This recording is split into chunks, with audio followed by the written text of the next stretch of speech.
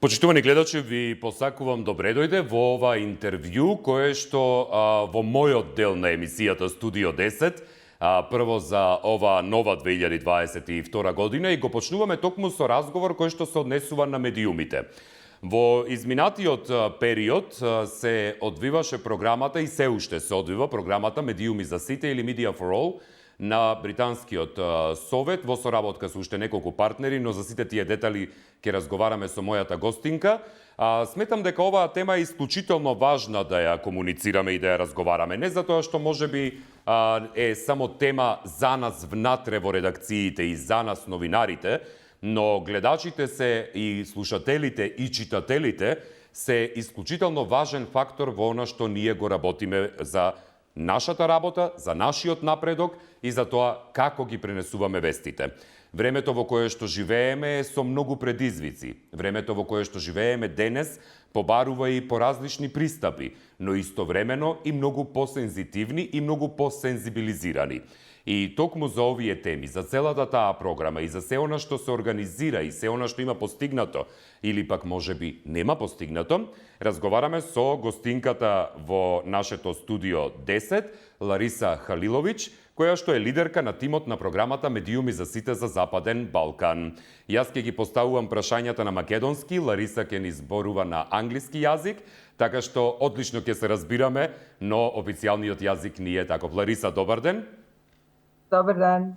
Како сте? Very well, thank you. How are you, Ognan?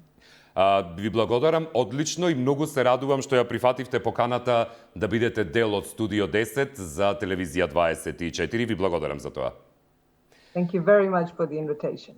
Лариса, ајде да почнеме. Не е проблем што ви се обраќам со Лариса, не мора со господјо Халиловиќ, да. Да. Лариса, ајде да почнеме од старт, од почеток. Знам дека може би ова нешто што вие сте го објаснувале и разговарале многу пати и сте му посветувале внимание за почетоците на програмата. Но за нашите гледачи, може ли нешто повеќе да објасниме околу тоа што Медиуми за сите всушност представува? Thank you so much, Ognan. As you know, actually, Media for All is one of the largest programs dedicated to strengthening independent media in the Western Balkans. And basically, in brief, we are working across 6 countries of the Western Balkans, currently with over 100 media, to help strengthen business and operational models, to help strengthen engagement with citizens, which includes all of you watching and listening to us right now. And also, very importantly, we are looking to strengthening voices of marginalized groups, including women and young people in media and in the society. And we're doing this, as you mentioned, British Council is the lead, but we're working with Thomson Foundation, with BIRN in the Balkans, with Intrac, and we're funded by the UK government to make sure that we can really make a difference across all of the 6 countries and territories in the Western Balkans. Кажете ми, зошто беше толку важно да се имплементира еден толку голем, да речиси дури и огромен проект, една огромна програма за земјите од Западниот Балкан? Yes, as you said, working in the 6 countries of the Western Balkans makes sense because although every one of the countries has its own specificities and challenges and opportunities, but together they represent one significant market. If we're looking at little or a little bit bigger countries, one by one, they're not that large, but together they really represent a market when it comes to media that does make a difference and that is significant, especially when we are looking at independent media, because we would like to see people trusting media more and media delivering to its citizens more. So working across 6 countries makes a lot more sense than working with each one of them independently.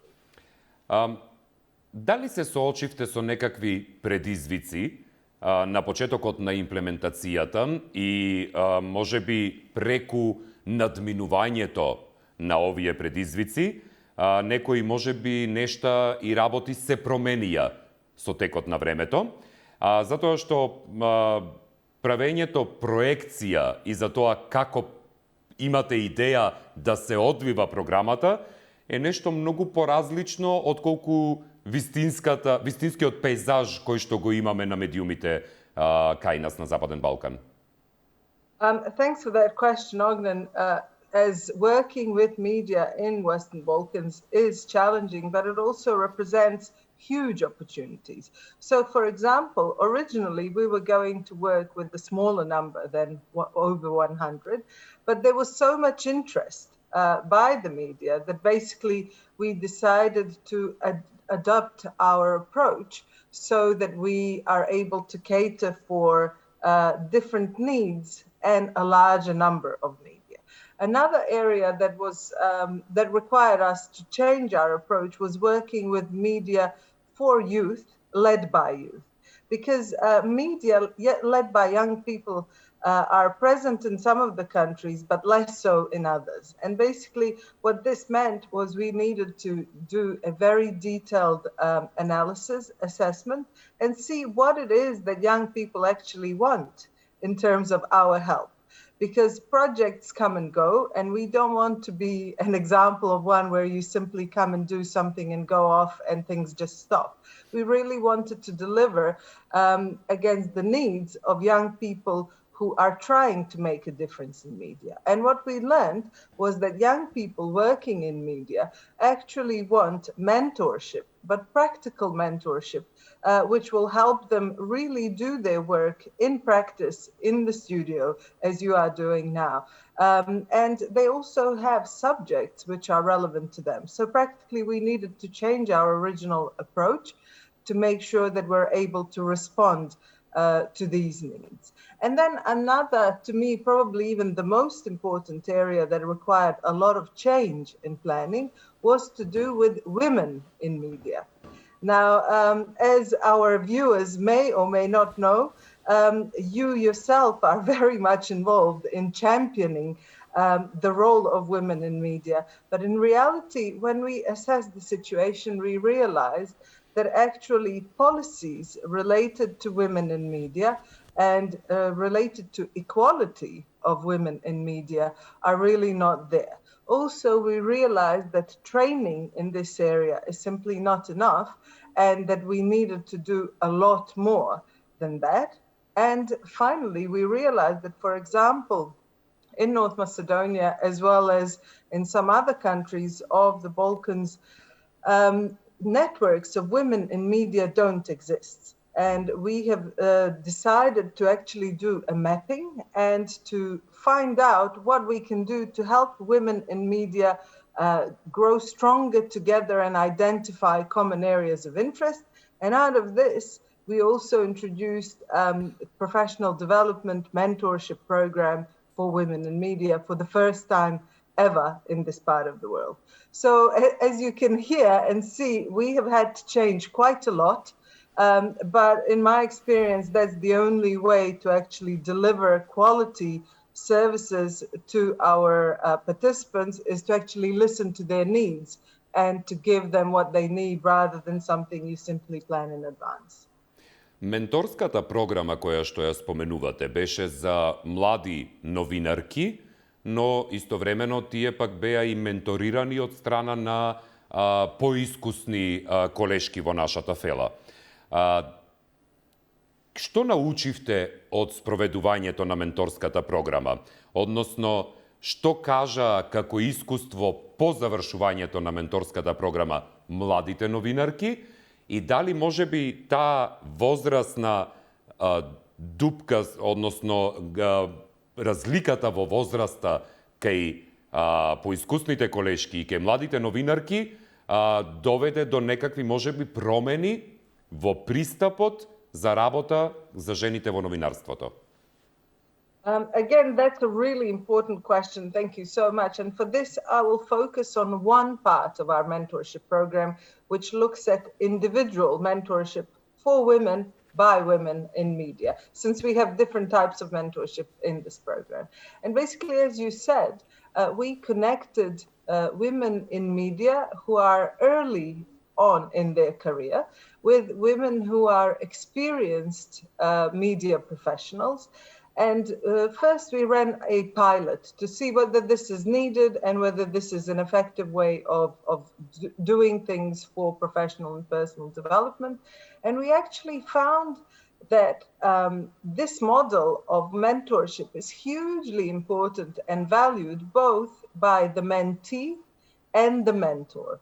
And like you said, sometimes this age gap, which is sometimes, but not always, present in mentorship programs, really does offer opportunities for learning, but both ways, because both the mentor and the mentee learn through the process. And sometimes the horizons truly open in the most unusual ways by simply putting together women who have been through a lot of experience in media and in other sectors, and also those who are learning how to deal with new opportunities and challenges. But as I said, satisfaction and basically gratitude for the opportunity came from both sides, and it's the experienced mentors that said to us how pleased they are to be able to contribute this way, and also how much they wished that they had an opportunity like this sometimes earlier in their career to help them gain confidence, gain skills, and learn from someone who has already been through many of these situations.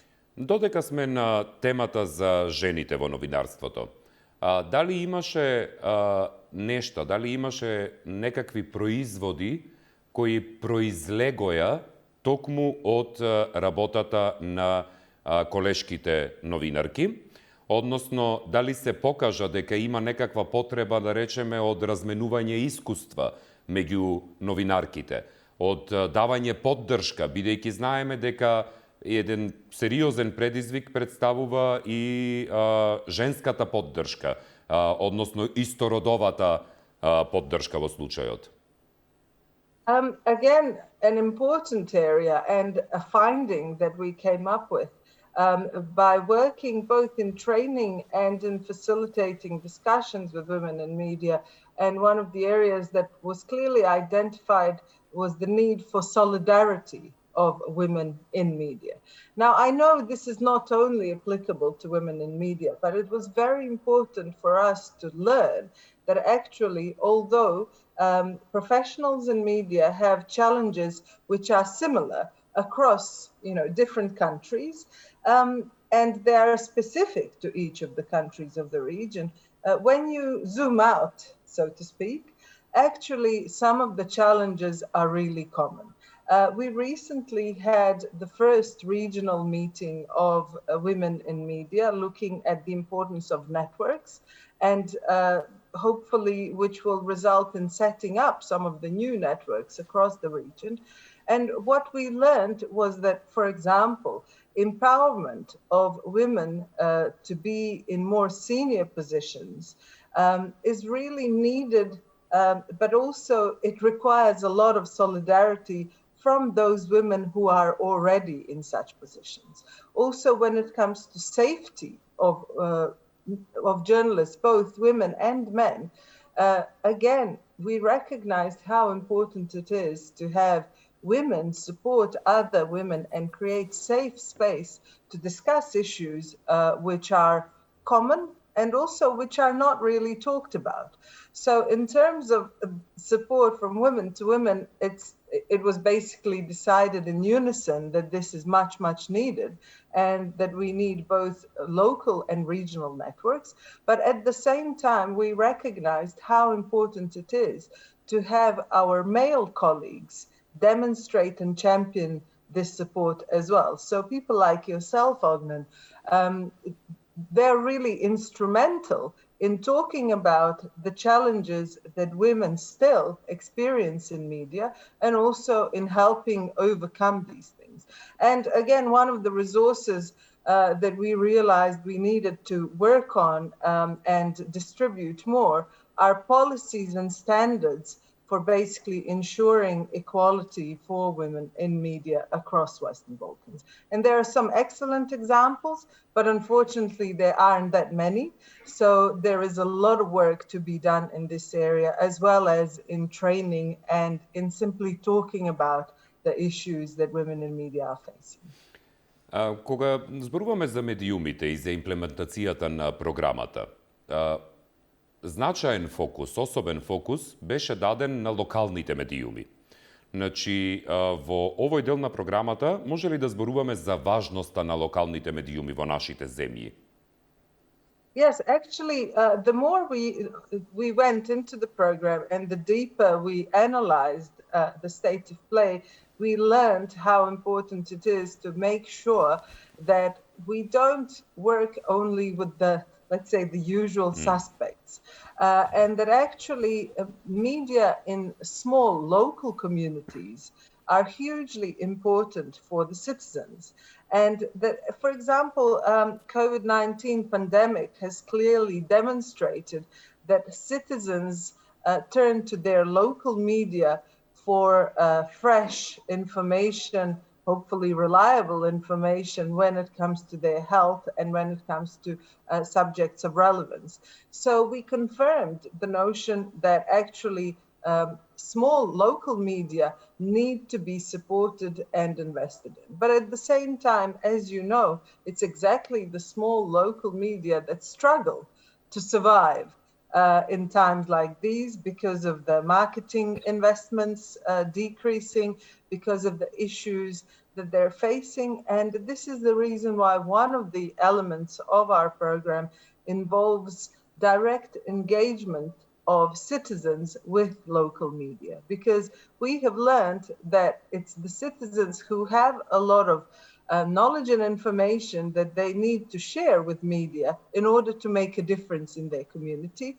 And we are now working with a large number of media outlets to actually help them communicate in a two-way format with their citizens, basically to amplify and build the trust, which, as you know, is not always there.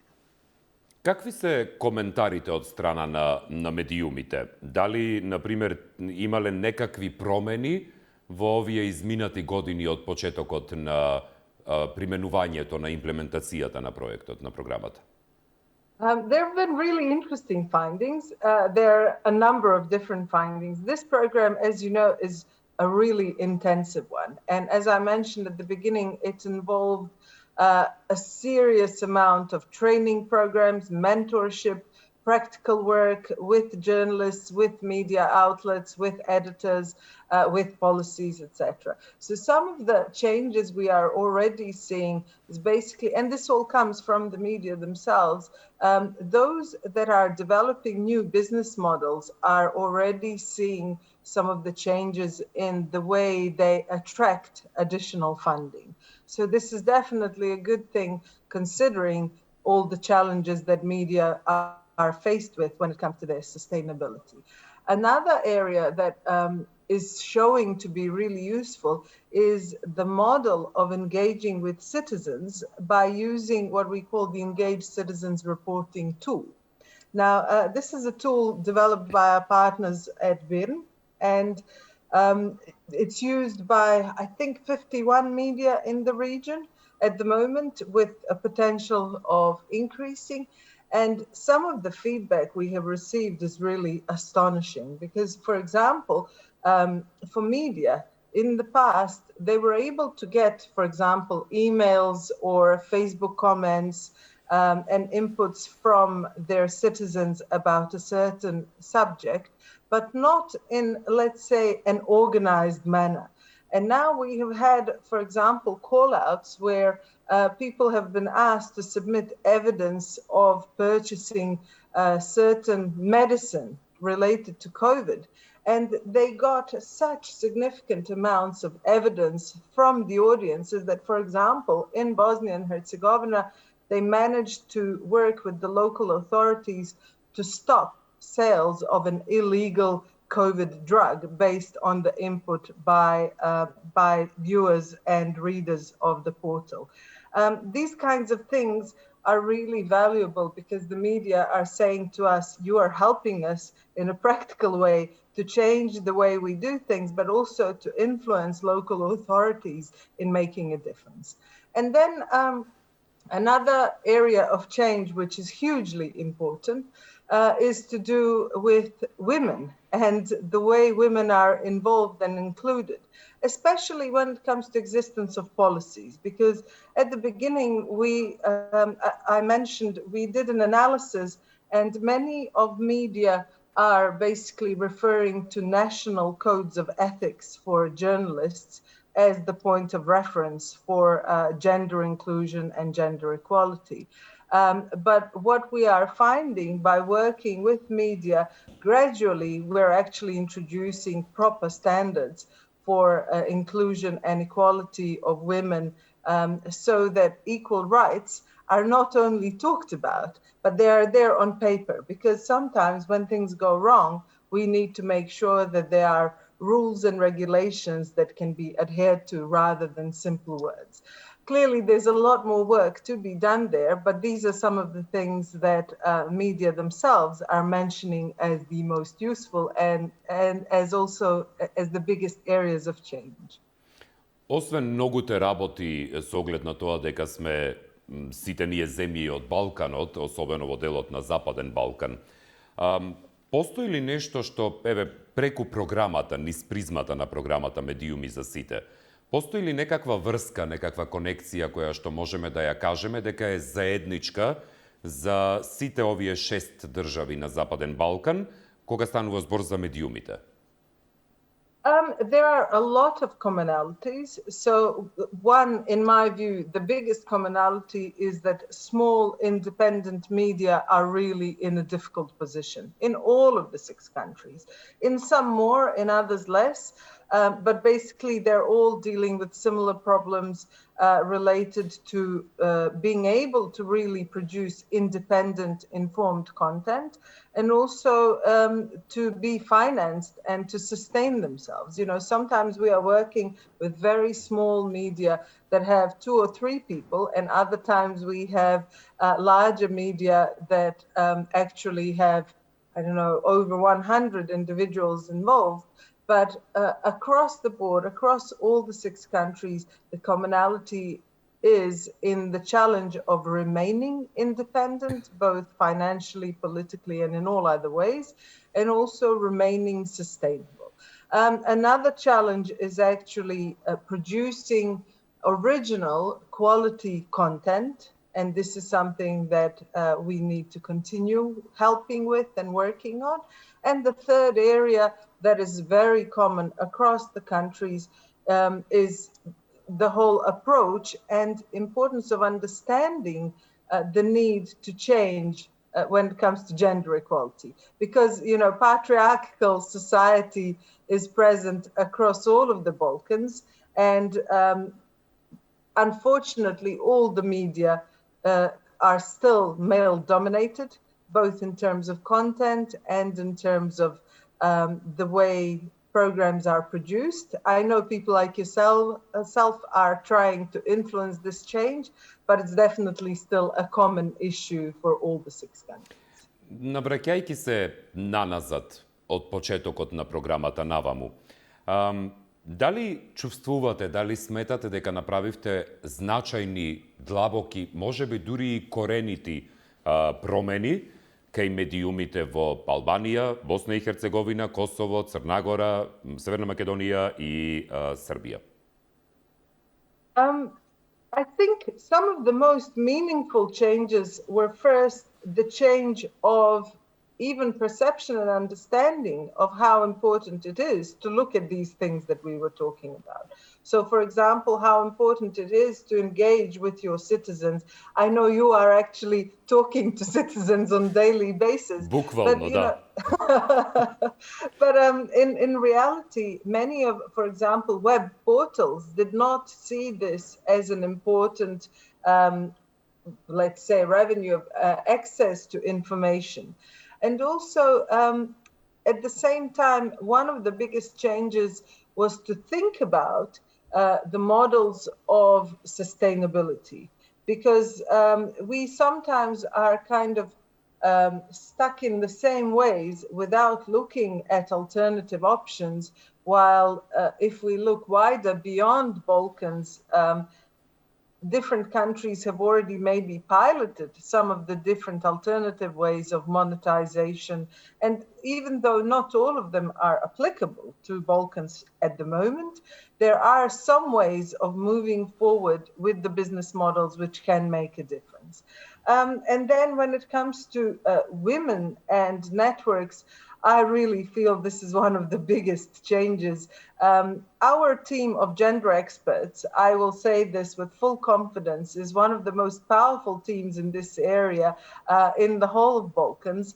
And with or without the project, we have a pool of 16 individuals who really know the ins and outs of what's important in the practice when it comes to training on gender equality, safety of women and men journalists, mainstreaming gender-sensitive language, then also working with policies. But, doing this from a very practical point of view, because it's not only about theory, it's actually about creating a pool of like-minded people who are able to actually initiate change. And I'm really so proud to say that we have exactly that. And it's now a network of people who can operate with or without the project as such. The connections are there, the closeness and the trust is there. And this is something that I truly believe can initiate the change that's needed and sustain the change that's already been started. Бидејќи од секогаш најмногу сум сакал да зборувам за јазикот и за јазиците, и го споменавте тоа, па затоа сакам да се навратам малку. Дали можеби имавте разговори каде што во нашите јазици, особено јазиците на сите овие 6 земји, и македонскиот, еве вие сте од Сараево, од Босна и Херцеговина, и српскиот, и хрватскиот, црногорскиот, и албанскиот, има, да речеме, проблем со родово сензитивната употреба на јазиците, односно на зборовите. Absolutely. And actually, in addition to all that I mentioned, we have done a lot of research as part of this program, and we analyze content of media who are part of our program. And even though this media may be, some of the most, let's say, progressive in what we are trying to achieve, still the state of play when it comes to use of gender-sensitive language is really poor. And although majority, or actually all of the languages in the Balkans have the option of using gender-sensitive language, we still have only up to 17% of language which is used as gender-sensitive. And I like to emphasize that it is the responsibility of every single one of us who are taking the space in media, and also of editors, of owners, of everyone involved to actually initiate this change. So I noticed when you were presenting me, you said that I was team leader and not leader, because these are little things that really do make a difference. And very often when I work with women, not only in media, but also beyond, women represent themselves as I'm a director.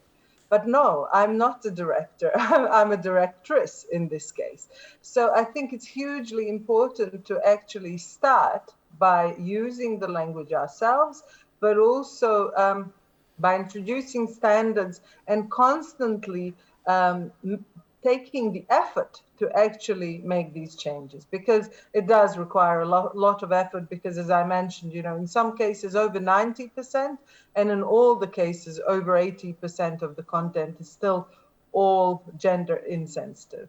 Лариса, не ве прашав, може би споменавте на почетокот, за колкав тим станува збор, колку луѓе се во тимот на програмата Медиуми за сите, не само во тимот, но колку и медиуми, како бројки малку околу статистиката сега да поразговараме? We have had huge numbers, and actually, I'm really proud, because I believe that any kind of change and improvement is reliant on the people who do the work. So in the project itself, we have had over 150 experts of different kinds and different expertise in the 6 countries take part to help media build their capacity. И вие сте лидерка на целиот тој тим од 150 луѓе. Yeah. Браво. Yeah, and I'm really proud of that. Clearly, because we have these amazing partners, I mentioned, I represent the British Council, but we have Thomson Foundation, we have BIN, we have Intract. Each of these teams have their own leaders as well. So we work as a network because it would be quite hard, especially considering that we are working remotely. So in addition to the 6 countries of the Western Balkans, we have colleagues who are in the UK as well. And also some of the experts are based in some other countries as well. So imagine, it's quite an exciting way of doing work together. But just to give you an illustration, in the past year, we have had over 30 different areas of training, which we have, group training, which we have implemented. And we have had over 1,600 participants from different media. And this is, it's quite a challenge, but it's also really, really exciting to know that so many people have taken the opportunity to make a change. And in terms of audiences, it's difficult to know the exact figures, but there have been millions and millions of people who have been reached through different content. We also had call-outs for the Engaged Citizens reporting tool, where we had over 2,000 responses in the local community. Imagine that you ask a question, for example, have you been vaccinated? And you have 2,500 people respond to you to a question which seems as quite, let's say, a basic one, but we have been able to actually work with statistics rather than imaginary notions. And I think this is really, really important. So I am looking forward to learning even more, but the data we have so far is really encouraging. And as I said, I'm really proud to say that we have been able to make a difference with so many different types of media across the 6 countries, and also to have a team that's so dedicated to making a difference. Because recently we did manage to have a few face-to-face events in some of the countries where this was possible. And one of the most common, and to me, one of the most rewarding comments was to say that this project really does practical things, so it makes a difference on the ground. And it's also useful, and at the same time, they see that people who are involved deeply care about the change and about doing the work with the media. Because at the end of the day, we're going back to what I said at the beginning of your question. It's all about the people who do the work and who support those who do the work. Бидејќи почетокот на програмата некако се поистовети во истото време со почетокот на пандемијата, верувам дека ви направи целосна реорганизација и промена на сите планови. Еве сега споменавте дека првите лице в лице комуникации ви беа сега скоро. Yes, unfortunately, the pandemic really swept us all off our feet. It delayed some of the project activities by several months, but I must say, and maybe I'm not going to be popular for saying this, but it made some other things more possible, because I personally don't believe it would have been possible to have that many training sessions and that many attendees if all of the training had to be done in person. So we definitely changed the approach. Originally, majority of the events which were planned by the project were meant to be in person. In reality, majority of those happened online. But also, I would say that, for example, some of the regional collaboration that took place, for example, young people working in youth media outlets, they managed to create regional stories together, and they even managed to enter a competition working in different countries, in different teams, previously, this would have been hard to imagine without bringing them together. We have seen that this is possible. But this said, I still strongly believe that if you want to build trust and if you really want to build that human connection, we still need the face-to-face element. So, for example, we saw when we actually organized the Women in Media networking event in Montenegro recently, that people still respond better to face-to-face interaction. Although we have had to change a lot, this is one thing that I would like to reintroduce and re-emphasize in any future activities, that, online is great, Zoom is great, but I really wish I could have been there with you in the studio to do this. So maybe next time. И јас многу ќе сакав навистина да може во живо да го направиме интервјуто, но станува обврска да се договориме за следно интервју кој ќе биде во живо тука во студиото. Agreed. Во делот споменавме многу работи, но дали има нешто посебно кое што се издвојува во однос на тоа што произлезе од програмата, кое вие никогаш не замислувавте дека ќе се оствари, дека ќе се случи? Во позитивна смисла ве прашувам сега. Yeah. Well, actually, all the work to do with women in media, as I mentioned at the beginning, it wasn't really planned at this scale. Originally, we were going to do a little bit of research, we were going to do some training, and we were going to basically make sure that gender is mainstreamed in everything we do. And that's something that's, popular with projects. But in reality, when we started doing the analysis, we realized that if you really want to change the way things are to do with women in media, you really need to work at all the different levels, at the level of an individual, at the level of team, at the level of editorial policies, and also at the level of society change and all those things.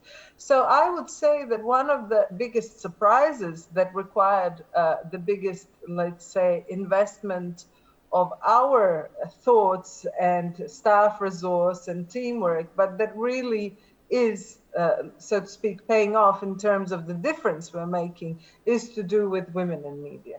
And I see this as something that's only starting. As you may know, we are coordinating with other international projects of this scale or smaller. And this is something new, because normally you would not look at this area as a specific area in itself. But because we have tackled it in such an extensive way now, I'm pleased to say that others are learning from this experience, others are recognizing how important it is to do this. And in reality, when I first joined the team a year and a half ago, this was not really planned. We only started introducing some of these changes. So I see this as something hugely important, critical, I would say, and also something that has potential and that calls for responsibility of everyone who's planning future programs and who's working in media to really commit ourselves. That, I am going to do something about this, and you are, but also the wider community, both from inside of the media and in the society. Because, women are half of the viewership, but they're not there in the stories. They're only there less than 25% of the time as subjects or objects. It's just an illustration, but there's so much more we can do. Што беше кога веќе зборувавме за позитивниот дел, ајде сега малку околу негативниот пред крајот на ова интервју, имаме отприлика уште 3-4 минути. Што беше најкритичното за програмата? Дали имаше нешто кое што не се реализираше, односно не се оствари, а треба да биде од исклучителна важност вчера, односно сега, одма? Yeah. I think, again, in my experience, the regional stories that have managed to start building up are hugely important. Because just to give you an illustration, in December, we had the competition for youth-led media. And basically, we had competition for young journalists who were working in groups of mostly 3 from different countries, coming up with stories that are of relevance to young people in the region. So they were talking about young people leaving their countries because of lack of employment opportunities. They were talking about issues with mental health. They were generally talking about things that are important to them. And one of the examples I heard was that, for example, one young journalist from Albania and and he's a male journalist, and two female journalists from Serbia were working together on a piece which had common subject interest. They were shocked by the fact that they actually could work together. It was the first experience, and that they had similar issues and challenges. I mean, to me, this seems obvious, but clearly it is actual collaboration that brings people together that really makes a difference. Now, as I mentioned during our 2 questions ago, actually, during the conversation, with the pandemic, we have been forced to do a lot of those things online. And this is possible to an extent. But I think what really needs to be built on is bringing people together in a safe, health-wise safe manner, but still creating the opportunity for people to come together physically and actually meet, exchange experiences, simply have that personal contact. Because once we have this, then you can have regional stories, regional collaboration, and if you're looking for a politically correct word, reconciliation amongst young people of the Balkans, which don't need a political project to bring them together. Let them speak about music, and they come up with all sorts of things together, doing them together. So I would definitely recommend that any future program addresses this in a serious manner, doing it in a safe way, with all the measures and testing and whatever else is needed, but giving space for people to actually meet in person. На крај сме, последното прашање. Веќе дури и дел ми го одговоривте тоа што ме интересираше, но што е следно? Што кога програмата и поддршката за медиумите ќе завршат? Што понатаму? Well, there is a lot still to come, since we've got some 6 months to go at this point in time. So there are still local country events that will be taking place. The local programs and actions that are being done by all the media in each of the countries, they are still going to happen in the next few months.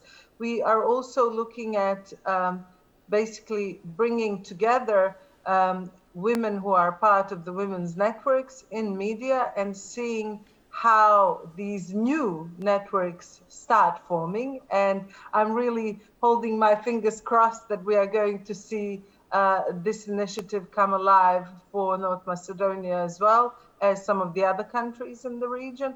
And also there is still the opportunity to engage with citizens more and more, and for young people to get together and to actually make a difference. And what I mentioned earlier, the movement for women in media is only getting started. In terms of the future, as you know, with project cycles, it always depends on the planning, on the application, on the funding, and all of that. So I can't speak with certainty, when is the next phase or how it may look. But I can say with full confidence that what's coming up in the next 6 months is going to be even more exciting than the past year and a half. There is a lot work to be done still. But also I'm looking forward to hearing the stories from the media themselves and from the citizens, because that's really what has kept me going and what has assured me that doing these sorts of things really makes a difference and it's worth doing. Лариса, ви благодарам многу што одвоивте време да бидете дел од Студио 10 на телевизија 24. 2021 ја завршивме со жени гостинки, 2022 ја започнуваме со вас во однос на Студио 10 во петок, така што целите кои што ги имав поставено да имам повеќе од 50% гостинки наместо гости во емисијата, ги остварив, сега одиме кон повисоки проценти и вие сте дел од нив. Благодарам, thank you so much, and I'm really, really grateful that you are doing exactly this. It's great to be part of such initiative. Thank you so much. Благодарам многу, поздрав за Сараево и се гледаме следен пат во студио. Agreed. Благодарам.